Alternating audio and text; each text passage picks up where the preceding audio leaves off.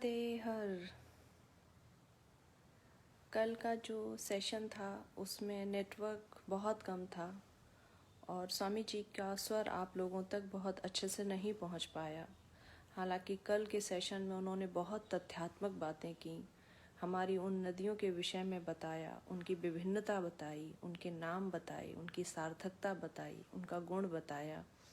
और मैंने उनसे पुनः ये निवेदन किया है कि जब भी सही नेटवर्क हो एक बार फिर से वो हम लोगों से जुड़ें और उसी तरह से उन नदियों का, उन देवियों का पूर्ण विवरण दें।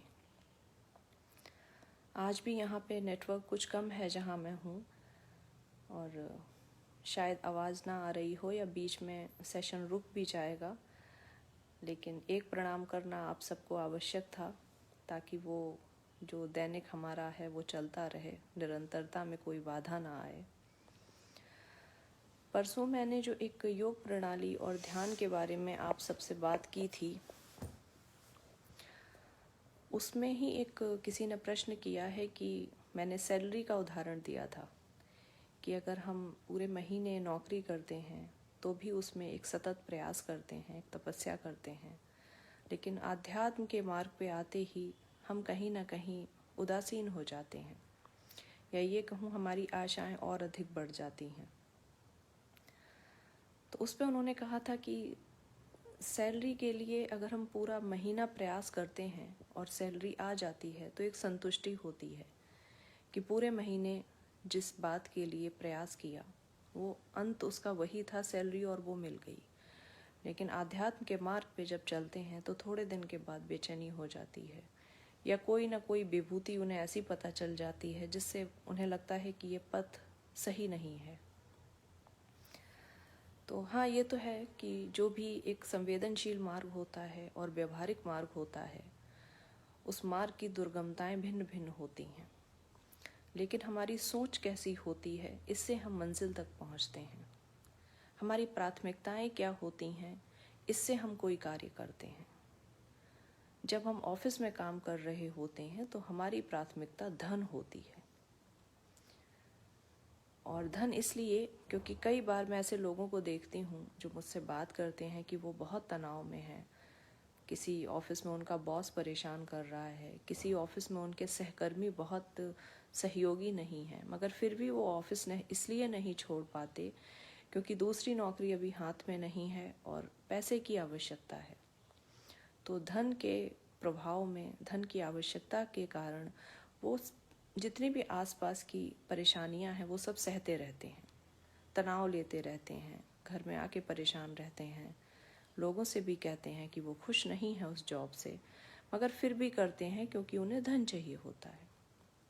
लेकिन यही सोच जब हम अध्यात्म की किसी साधना में होते हैं तब हमारी बदल जाती है, क्योंकि अध्यात्म और धर्म को हमने एक एटीएम जैसा बना लिया है कि एटीएम डालो और पैसा आ जाए। हमने कभी उसको सेविंग अकाउंट की तरह रखा ही नहीं। आप 1 तारीख से लेके 29 तारीख तक कार्य करते हैं, मतलब सेविंग करते हैं अपने कामों की, तब कहीं जाके 30 तारीख को आपको चेक विड्रॉ करने का एक अवसर मिलता है, आपको एक एटीएम से पैसा निकालने का अवसर मिलता है। आध्यात्म भी बिल्कुल ऐसा ही है, लेकिन आप 29 दिन निरंतर कार्य करिए तो।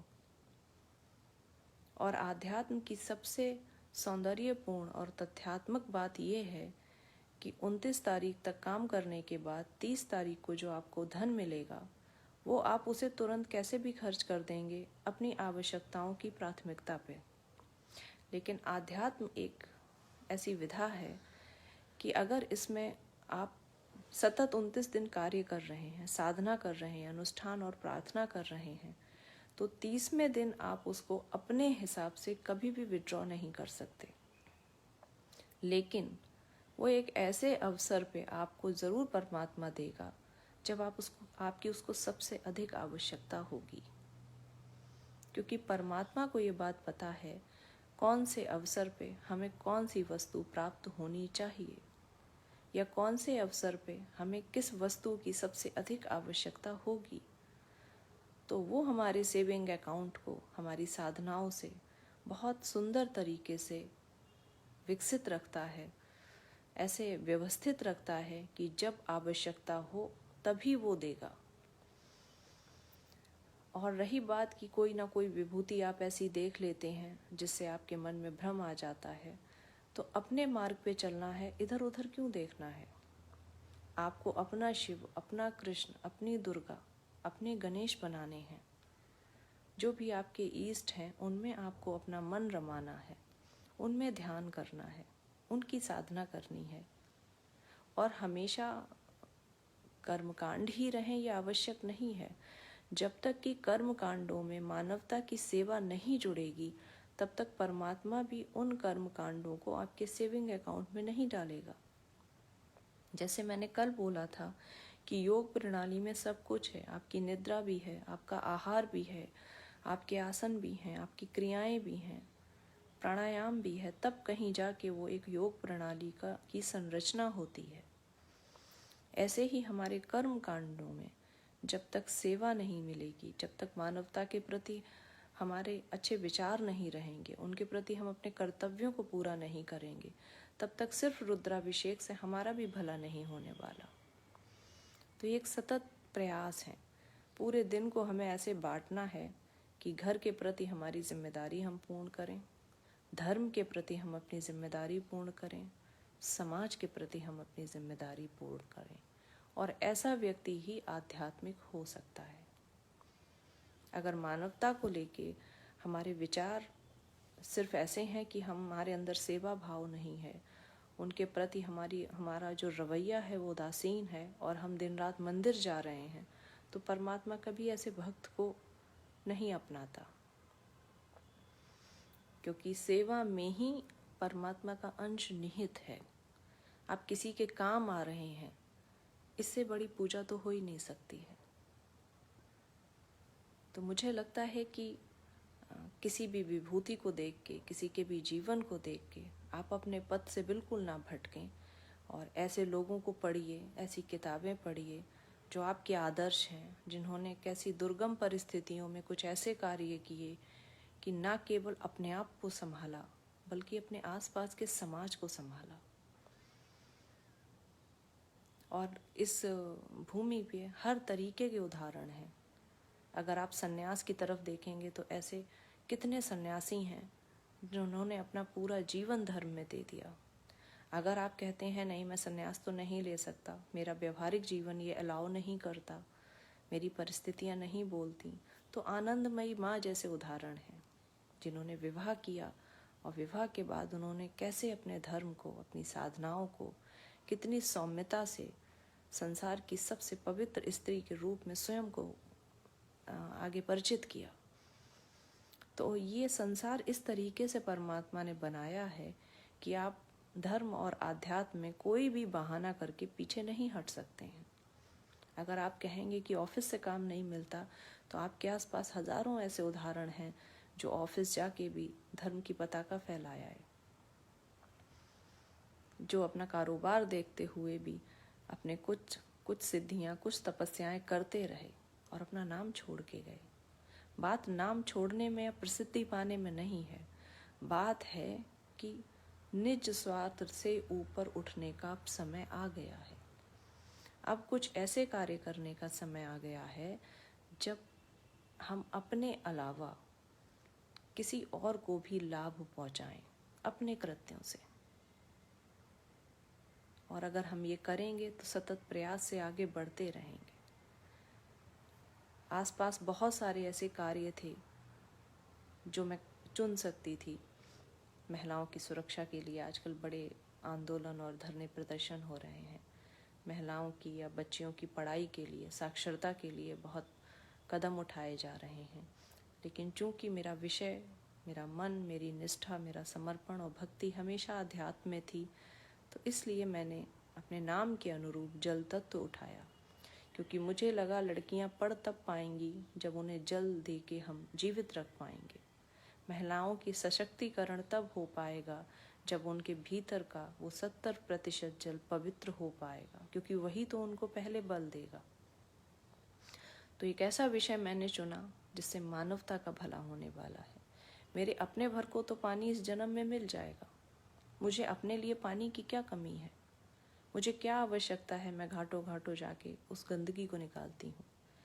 या एक एक व्यक्ति को, या आपको बड़ा आसान लग सकता है कि रोज संध्या को एक सेशन हो रहा है और आप तक ज्ञान जा रहा है, बट इसमें बड़े प्रयास लगते हैं, क्योंकि जो संत समाज है वो बहुत व्यस्त रहते हैं, उनके अपने प्रोग्राम रहते हैं।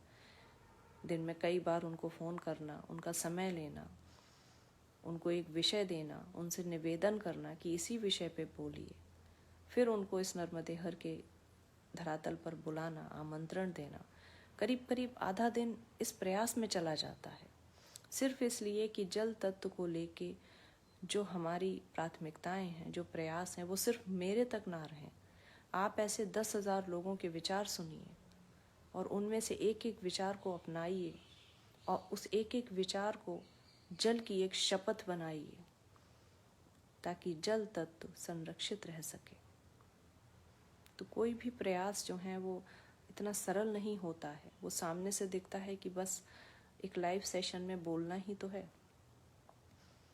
वो सिर्फ एक लाइव सेशन नहीं होता है, उसके पीछे किसी व्यक्ति का एक सतत प्रयास होता है, सोच होती है, और क्या सोचा जाए, और क्या किया जाए, और जल को कैसे सहेजा जाए, और कैसे बचाया जाए।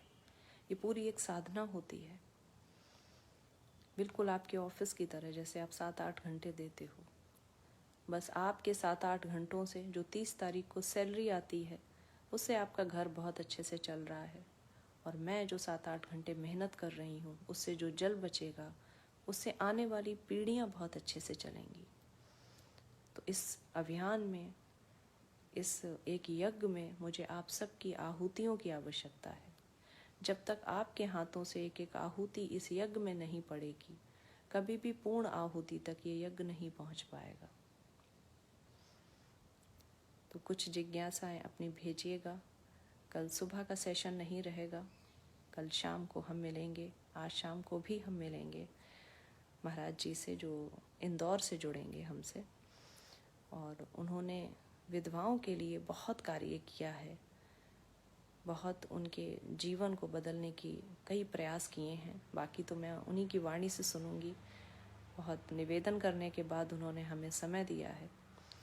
तो आज संध्या को थोड़ा सा आप लोग फ्री रहिएगा सेशन के लिए। कल सुबह आपको आराम करना है, और कोशिश करना कि जैसे रोज़ 7:30 बजे मुझे सुनने के लिए आप बैठ जाते हैं, अगर पूरा हफ्ता जो लोग ध्यान नहीं कर पा रहे हैं, कम से कम रविवार को सुबह 15 मिनट ये सोच के कि आप मुझे सुन रहे हैं, ध्यान करिए। और जल के लिए एक शपथ हमें लेनी है कि जल की हर बूंद को बचाना है। नर्मदे हर।